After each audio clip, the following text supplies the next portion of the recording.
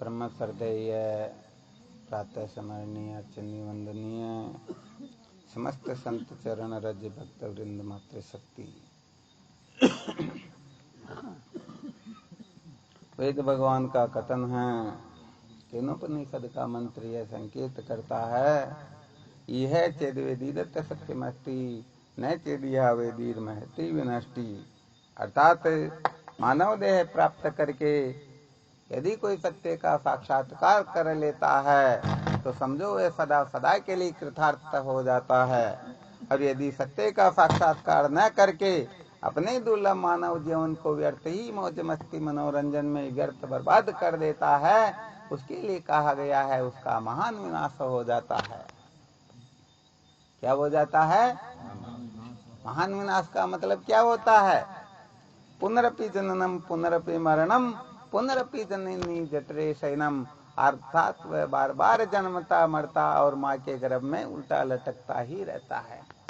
तो देखो यहाँ विशेष बात बताई गई,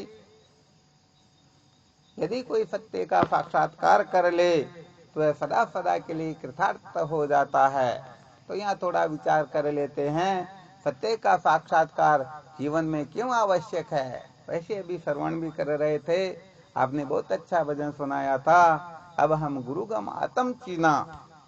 तो ये गुरुगम शब्द बड़ा विलक्षण होता है। यदि इस रहस्य को कोई ठीक ठीक तरह से समझ ले तो सच्ची बात यह है कि वह इसी जीवन में सत्य का साक्षात्कार करने में पूर्ण रूप से समर्थ हो जाता है। तो देखो ये कक्षा थोड़ी बाद की है, यदि किसी को आवश्यकता हो तो फिर गुरुगम शब्द को समझ करके फिर अच्छी तरह से सत्य के साक्षात्कार के लिए प्रयत्नशील हो जाना है, अपने को उस ओर प्रवृत्त हो जाना है। पहले थोड़ा निर्णय कर लेते हैं, समझ लेते हैं कि सत्य का साक्षात्कार जीवन में आवश्यक है या नहीं है। तो देखो यहाँ पर छोटा सा दृष्टांत रूप से संकेत कर देते हैं। कोयले को तो शायद सबने देखा होगा, कोयले के बारे में सब जानते हैं ना, जिसके लिए कहते हैं कि इस सृष्टि का सारा दूध ला करके उसको दो क्यों ना दे फिर भी वह सफेद नहीं होता ना। तो देखो कोयला जो है कितना भी डिटर्जेंट साबुन या दूध से क्यों न धो लो सफेद होता ही नहीं। अब अपने को यहाँ पर विचार ये करना होगा कि कोयला जो है काला क्यों हुआ, किस कारण से काला हुआ। यदि उस कारण का निराकरण कर दे तो फिर यह पुनः श्वेत हो जाता है, अर्थात इसका कालापना मिट जाता है। क्या निकलेगा मास्टर साहब? ध्यान में आ रहा? बहुत धन्यवाद। क्या करना होगा? क्या करना होगा? गुरु जी के चरणों में जाना होगा। गुरु जी के चरणों में, बहुत अच्छी बात। देखो ये तो अभी दृष्टांत चल रहा, वैसे सिद्धांत में हम गुरुदेव के चरणों में चलेंगे। अभी कोयले का जो दृष्टांत बताया ना, कोयले को कितना भी कुछ क्यों न कर लो फिर भी वह सफेद नहीं होता है। अभी कोयले की चर्चा चल रही, इसको सफेद कैसे किया जाए। तो देखो क्या होता है, इस दिन ये कोयला अग्नि से अलग हुआ, किससे? उसी समय ये काला हो गया। और यदि इसको अग्नि में डाल दिया जाए तो भस्म बन जाएगा। और क्या हो जाएगा? पुनः अग्नि का स्वरूप हो जाएगा या नहीं होगा? बस ऐसे ही ये जीव जिस दिन से परमात्मा से बिछड़ा हुआ है उसी दिन से पग पग पर ठोकरे ही खा रहा है। उस समय से इसे शांति मिली ही नहीं। ये कहने का मतलब रात दिन रोता ही रहता है, इसे एक क्षण भर के लिए शांति नहीं मिलती है। ये सोचता है कि मैं ऐसा करूं वैसा करूं मुझे शांति मिल जाए, परंतु कभी भी मिलने वाली। अरे यहाँ पर तो यहाँ तक बता दिया, 14 20 50 भय सत वो 1000 तू लाख मंगेगी, कोटि अरब खरब असंख्य धरापति होने की चाह जगेगी। स्वर्ग पाताल को राज करो तृष्णा अधिकति आग लगेगी, सुंदर एक संतोष बिना फट तेरी तो भूख कदे न बुझेगी। हमारे शास्त्रों का ऐसा कथन है। सत्य बात कहें तो अनंत कोटि ब्रह्मांड के समस्त ऐश्वर्य को कोई प्राप्त करके भी राजा हुए से कभी भी तू सुखी नहीं होएगा, जग सेठ भी बन जाए तो भी शांति से नहीं सोएगा। हो इंद्र शिव या विष्णु ब्रह्मा पूर्ण सुख नहीं पाएगा, जब पूर्ण तू हो जाएगा तो पूरा सुखी हो जाएगा। अर्थात ब्रह्मा विष्णु शंकर का पद भी किसे प्राप्त क्यों न हो जाए, फिर भी वह पूर्ण रूप से सुखी नहीं हो सकता है। ध्यान देना अच्छी तरह से, क्योंकि सचमुच में मानव जीवन इसी प्रयोजन के लिए मिला हुआ है। मानव जीवन का एकमात्र यही उद्देश्य है कि सत्य का साक्षात्कार करके सदा सदा के लिए कृतार्थ हो जाए। इस ओर जो ध्यान देते हैं सचमुच में वे ही नर होते हैं, बाकी तो सब खर होते हैं। ये जानवरों के समान जीवन जी रहे हैं, जन्मते मरते और 84 लाख योनियों में भ्रमण करते रहते हैं। तो देखो यहाँ पर बताया गया है, सब कुछ प्राप्त करके भी कोई सचमुच में सुखी नहीं हो सकता। देखो और थोड़ी विशेष बात बता देते हैं। हमारे संत शास्त्रों का, हमारे शास्त्रों का ऐसा विशेष रूप से कथन है इस सृष्टि में, यहाँ तक देख लीजिए पुरुषों के लिए बता दिया जाए, इस संसार में जितनी भी स्त्रियां किसी को पत्नी रूप से प्राप्त हो जाए या समस्त पुरुष पति रूप से प्राप्त हो जाए, फिर भी शांति मिलने वाली नहीं है। जिस प्रकार से अग्नि में जितना जितना घृत डालेंगे अग्नि बढ़ती ही जाएगी। होगा न भुगता वही मैं वह भुगता, कृष्णा न जीर्णा वही मैं वह जीर्णा।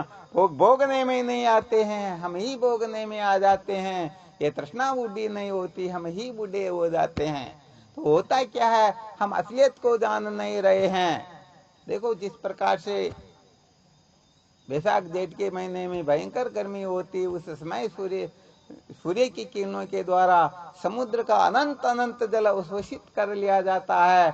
अभी जो चतुर्मास चल रहा है, इस चतुर्मास के अंतर्गत सारा का सारा पानी जमीन के ऊपर बारिश के रूप में बरस जाया करता। विचार करके देखना, जड़ वस्तुएं भी अपना धर्म नहीं छोड़ती हैं। इनको अच्छी तरह से पता हम समुद्र से आए हैं, समुद्र से बिछुड़ गए हैं। जब तक समुद्र को प्राप्त नहीं कर लेंगे तब तक सच्ची शांति मिलने वाली नहीं। इसलिए जैसे ही पानी की बूंद जमीन पर गिरती है, तुरंत ये चलना प्रारंभ कर देती हैं और चलते चलते चलते अंततः समुद्र को प्राप्त हो ही जाती हैं।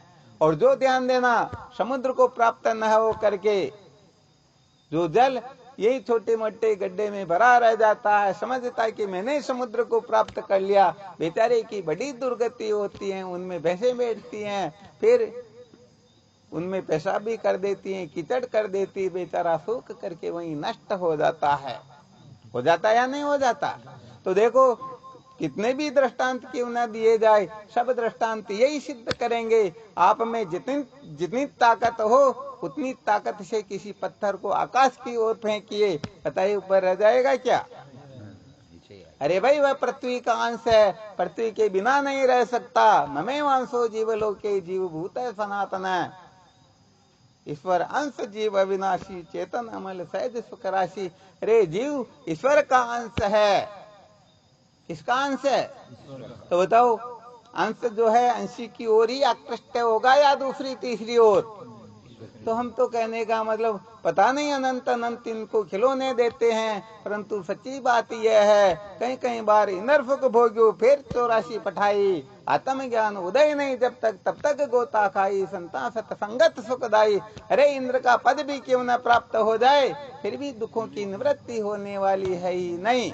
तो असली बात तो भाई यही है, जब तक परमात्मा तत्व का साक्षात्कार नहीं हो जाता है, जब तक परमात्मा की प्राप्ति नहीं हो जाती है, तब तक तो भरोसे मत रहना कि हमको सुख शांति प्राप्त हो गई। रे सुख शांति तो कभी भी मिट सकती है, एक केवल मात्र आंख की पलक बंद होने की देर है। मृत्यु के एक ही झटके में सारा का सारा अस्त व्यस्त ध्वंस हो जाएगा, पता नहीं हम किसके भरोसे बैठे हैं। तो देखो भाई विशेष बात तो यही है, जब तक परमात्मा तत्व का साक्षात्कार नहीं हो जाता है तब तक कभी भी दुखों से छुटकारा स्वप्न में भी संभव है ही नहीं। यहाँ तक तो क्लियर है ना? अब थोड़ा इसके आगे विचार करते हैं। जैसे समुद्र से आया हुआ पानी या बारिश के रूप में बरसता है और तुरंत चलना प्रारंभ कर देता है, तो ये छोटे नाले से बड़े नालों में, बड़े नालों से और बड़े नालों में, फिर नदी में होकर के समुद्र में पहुंच जाता, तो ये एक विधि हो गई। तो अपने को भी ऐसी विधि समझ लेनी चाहिए कि हम भी परमात्मा को कैसे प्राप्त करें। ध्यान रखना, ये जल जो है दो किनारों के बीच में चलेगा तब ही समुद्र में पहुंच पाएगा। यदि दो किनारों का त्याग कर दे तो उस पानी की बड़ी दुर्गति होगी। इसलिए यहाँ पर ये थोड़ा विशेष ध्यान रखने योग्य है। तो चलो फिर अपने विषय पर आ जाते हैं, परमात्मा की प्राप्ति के लिए क्या करना होता है। तो अभी जो आपने जो बहुत सुंदर भजन सुनाया था, अब हम गुरुगम आत्म चिन्ह, केवल ये गुरुगम शब्द जो है इनका बड़ा विलक्षण रहस्य, वास्तव में लोग इनको समझते ही नहीं। तो इस रहस्य को समझ करके परमात्मा तत्व का साक्षात्कार कर सकते हैं। तो इस सूत्र को समझे, इससे पहले 5 सूत्र और बता देते हैं। कितने सूत्र? उन 5 सूत्रों का यदि कोई अवलोकन करेगा, उनको धारण करके और फिर गुरुदेव की शरण में जाकर के, हाँ, या गुरुगम का मतलब ऐसे ही नहीं है। वास्तव में गुरुगम का अर्थ होता है गुरुदेव ने जिस प्रकार से अंतःकरण को शुद्ध करके 17 प्रकार के पापों से छुटकारा प्राप्त करके निष्काम कर्म उपासना के द्वारा अनेक जन्म भजन आता है, स्विचारम चिकित्सति, अनंत जन्मों के साधन भजन के द्वारा जब अंतःकरण शुद्ध होता है, उस शुद्ध अंतःकरण के अंतर्गत जब संतों का सानिध्य प्राप्त होता है, तब चतुष्टय साधन की उपलब्धि होती है। और उन चतुष्टय साधन को धारण करके जिज्ञासु जब श्रोत्रिय ब्रह्मनिष्ठ गुरुदेव के सानिध्य में को अहम कतमिदम जातम को वे करता से विद्यते, मैं कौन हूँ, परमात्मा क्या है, जगत क्या है, इनका विचार करने के लिए जब प्रस्तुत होता है, तब इसके हृदय में ये ब्रह्म विद्या जागृत होती है। ये ब्रह्म विद्या को मूल सहित भस्मीभूत कर देती हैं। और अविद्या का भस्म होना यही मानव जीवन का सार है। तो देखो, पहले यहाँ 5 सूत्र और बता देते हैं। श्रुति माता का संकेत है, श्रुति माता का कथन है, नायम आत्मा बल ही नहीं न लभ्ये, कमजोर व्यक्ति कभी भी परमात्मा तत्व को प्राप्त नहीं कर सकता। या कमजोरों का काम नहीं है। अरे भाई, परमात्मा को प्राप्त करना, जैसे छाछ पीना हो तो 5-5 किलो तक लोग पी लेंगे, परंतु घी पीना हो तो वो भी देशी गाय का घी 1 किलो को पी सकते हैं क्या? तो भाई ये ब्रह्म विद्या जो है, ये शेरनी का दूध है। कहने का मतलब शेरनी का दूध सोने के पात्र में लिया जा सकता है और किसी पात्र में संभव ही नहीं है। हाँ, ये इतना सस्ता तेल नहीं होता है, कोई गिदड़ भी अपने सर में लगा ले।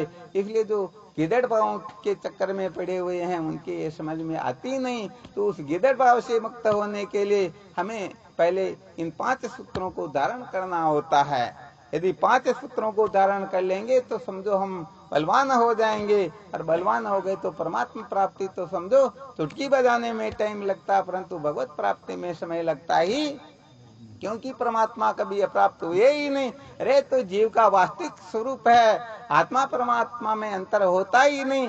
ये तो भेदवादी पामर पुरुषों के संग से हमें अनेक प्रकार की भ्रांतियां हो जाती हैं, वरना वास्तव में परमात्मा के सिवाय नए नास्ति किंचन है, और कोई दूसरी वस्तु है ही नहीं। अरे हम रस्सी में सर्पमाला दरार की कल्पना करके रोते हंसते हैं, इसी प्रकार से परमात्मा में नानात्व देख करके जन्म मृत्यु की श्रृंखला में भटकते रहते हैं। इसलिए भाई थोड़ा इसको समझना होगा। तो यहाँ पर थोड़ा 5 प्रकार के बल होते हैं, उनका नाम मात्र बता देते हैं। आप सब समझदार हो, समझते रहोगे, और यदि किसी को सचमुच में आवश्यकता होगी तो संत महापुरुषों के पास में जाकर के समझते रहेंगे।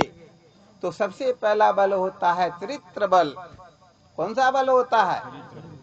इसके पश्चात होता है इंद्रिय बल, उसके पश्चात होता है मनोबल, उसके बाद होता है विचार बल, और अंत में होता है अपवाद बल।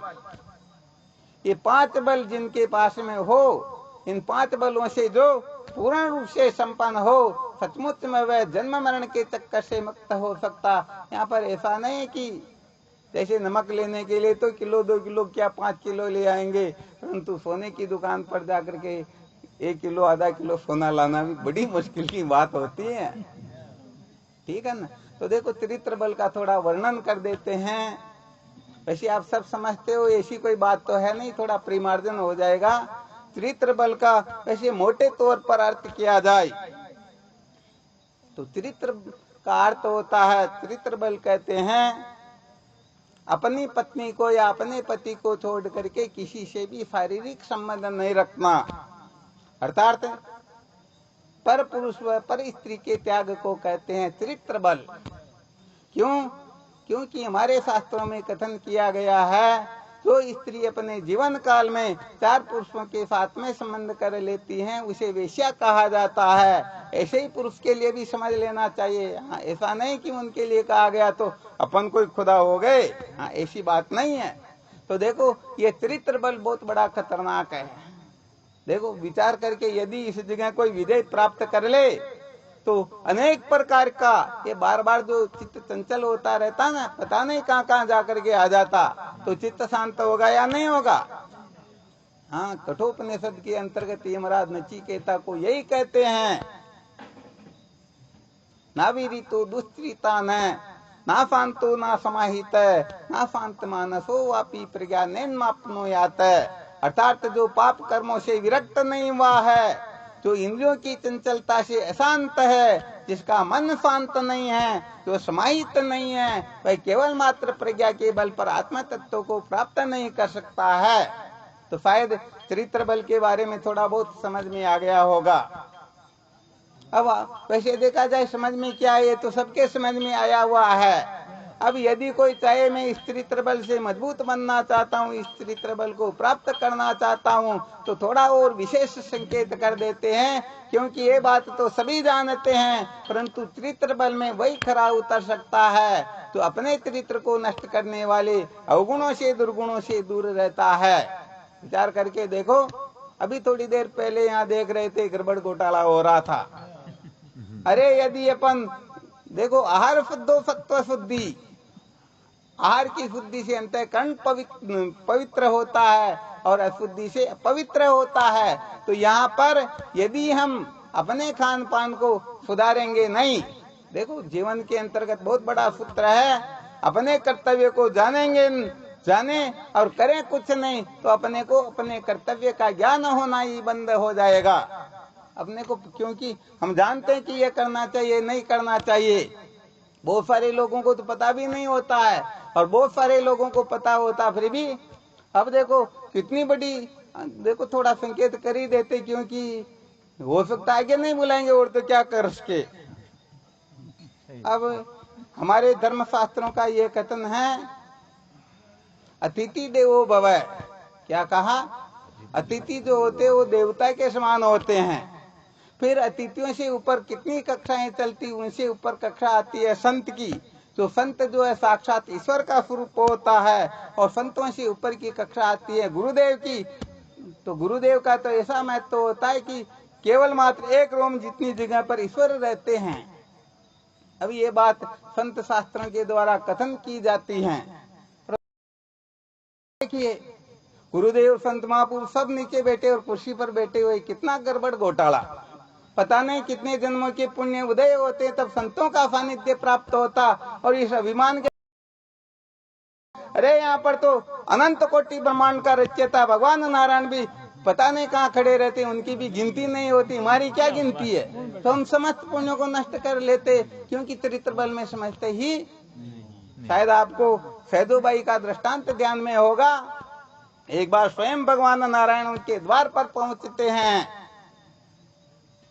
और कहते हैं क्या तुम मेरा आतिथ्य स्वीकार नहीं करोगे? तो सैदोबाई कहती हैं भाई मुझे तो तुम्हारी कोई जरूरत ही नहीं है और मैंने न तुम्हारे को बुलाया। अरे भाई कम से कम मैं आ गया हूं तो अंदर तो बुलाओ। कहा भाई देखो बात ऐसी, यदि तुम्हारी मेरे को आवश्यकता होती तो मेरे गुरुदेव कभी का तुमको मेरी जोड़ी में डाल देते, परंतु मुझे तुम्हारी कोई जरूरत नहीं, मुझे तो गुरुदेव की आवश्यकता है। तो कह रहे कम से कम आ गया हूं तो अंदर तो बुलाओ। भाई मेरे पास आसन एक ही आसन और है नहीं। तो चलो कोई बात नहीं, मैं नीचे ही बैठ जाऊंगा। नहीं, बैठने के लिए अंदर आने की कोई जरूरत नहीं है, मेरे पास एक आसन है, मेरे गुरुदेव आ रहे हैं, मैं उनको पंखा करूंगी। तुम भी यदि उनको पंखा कर सको तो अंदर आ जाओ, वरना कोई जरूरत ही नहीं, चलते बनो। यहाँ पर तुम्हारे जैसे बहुत सारे आते हैं। महाराज ये कहने का मतलब क्या करें, पहली कक्षा में भी साधक पता नहीं कितने समय से सत्संग कर रहे हैं और पहली कक्षा में भी नहीं समझते, इसलिए फिर दया आती है कि सचमुच में ये अंधेरा कभी निकलने वाला महाराज, एक को समझे 1000 और प्रकट हो रहे, क्या करें अब।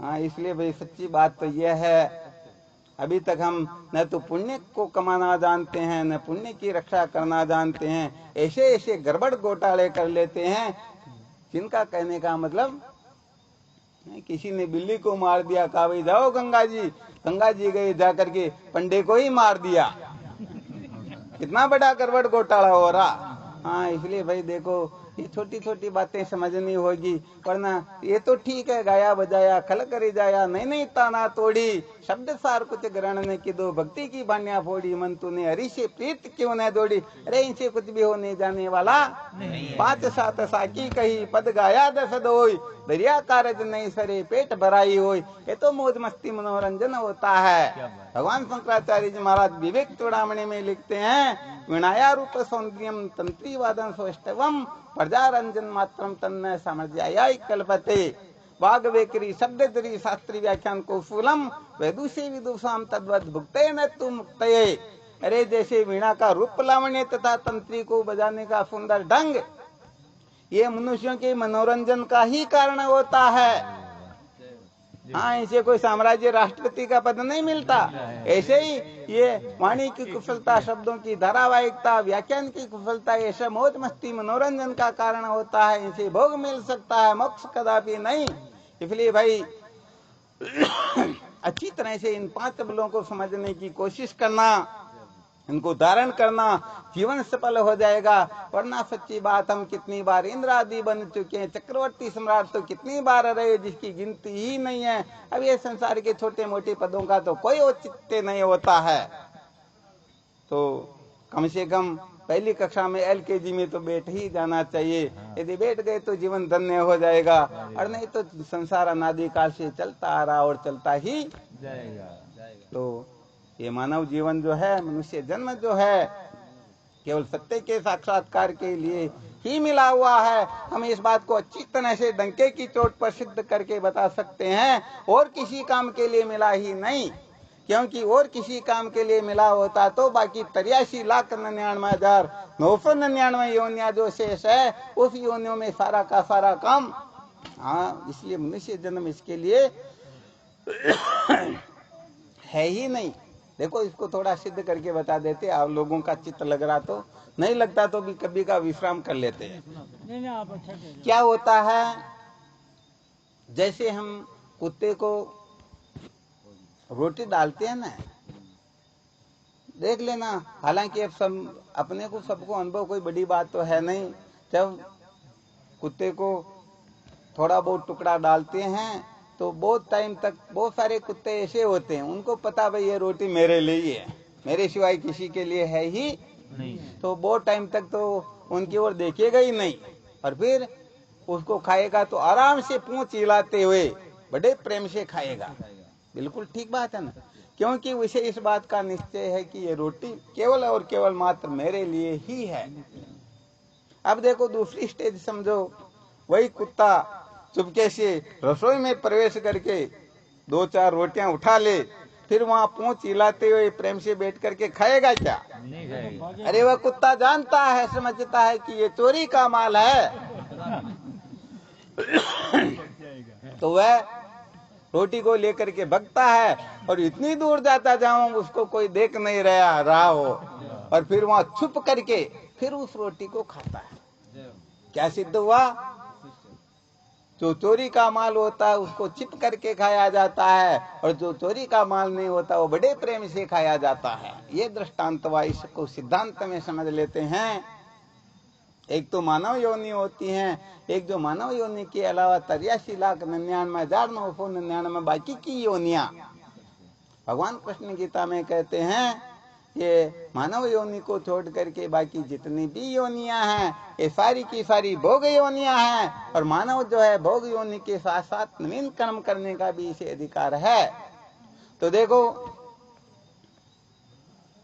मानव योनि के अलावा जितनी भी योनियां हैं, इनको भोग भोगने के लिए कहीं एकांत सुरक्षित स्थान की आवश्यकता होती क्या? कदापि नहीं होती है। क्यों? क्योंकि इनका जन्म ही भोगों के लिए हुआ है। इनको नवीन कर्म करने से कोई प्रयोजन ही नहीं है।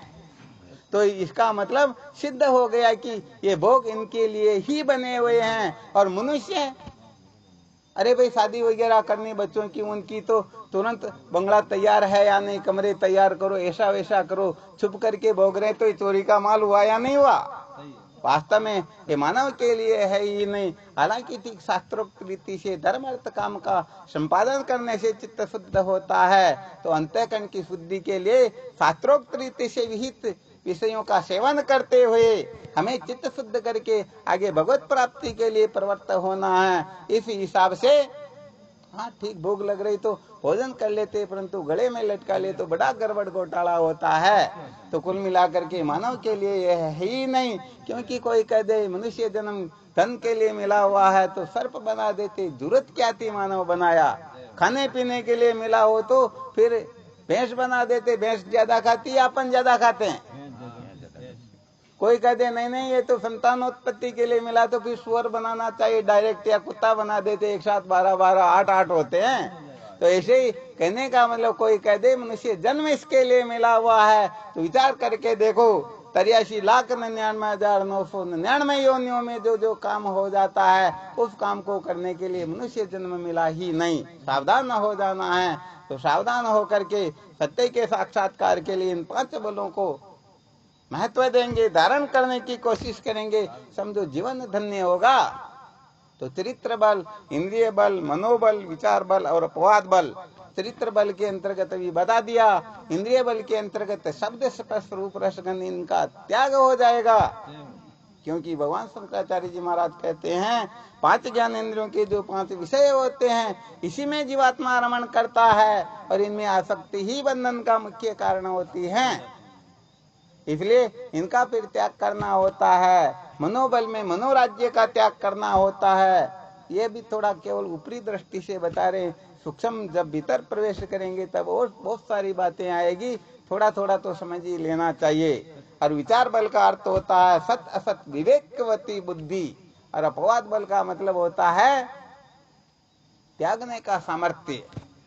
तो ये 5 बल जब जीवन में जागृत होने लगते हैं, तो सचमुच में वह जीव फिर महान होने लगता है, वह ऊपर उठता है और सत्य का साक्षात्कार करके सदा सदा के लिए समस्त दुखों से छुटकारा प्राप्त करके अपने जीवन को धन्य बना लेता है। बोलो सच्चिदानंद गुरुदेव की।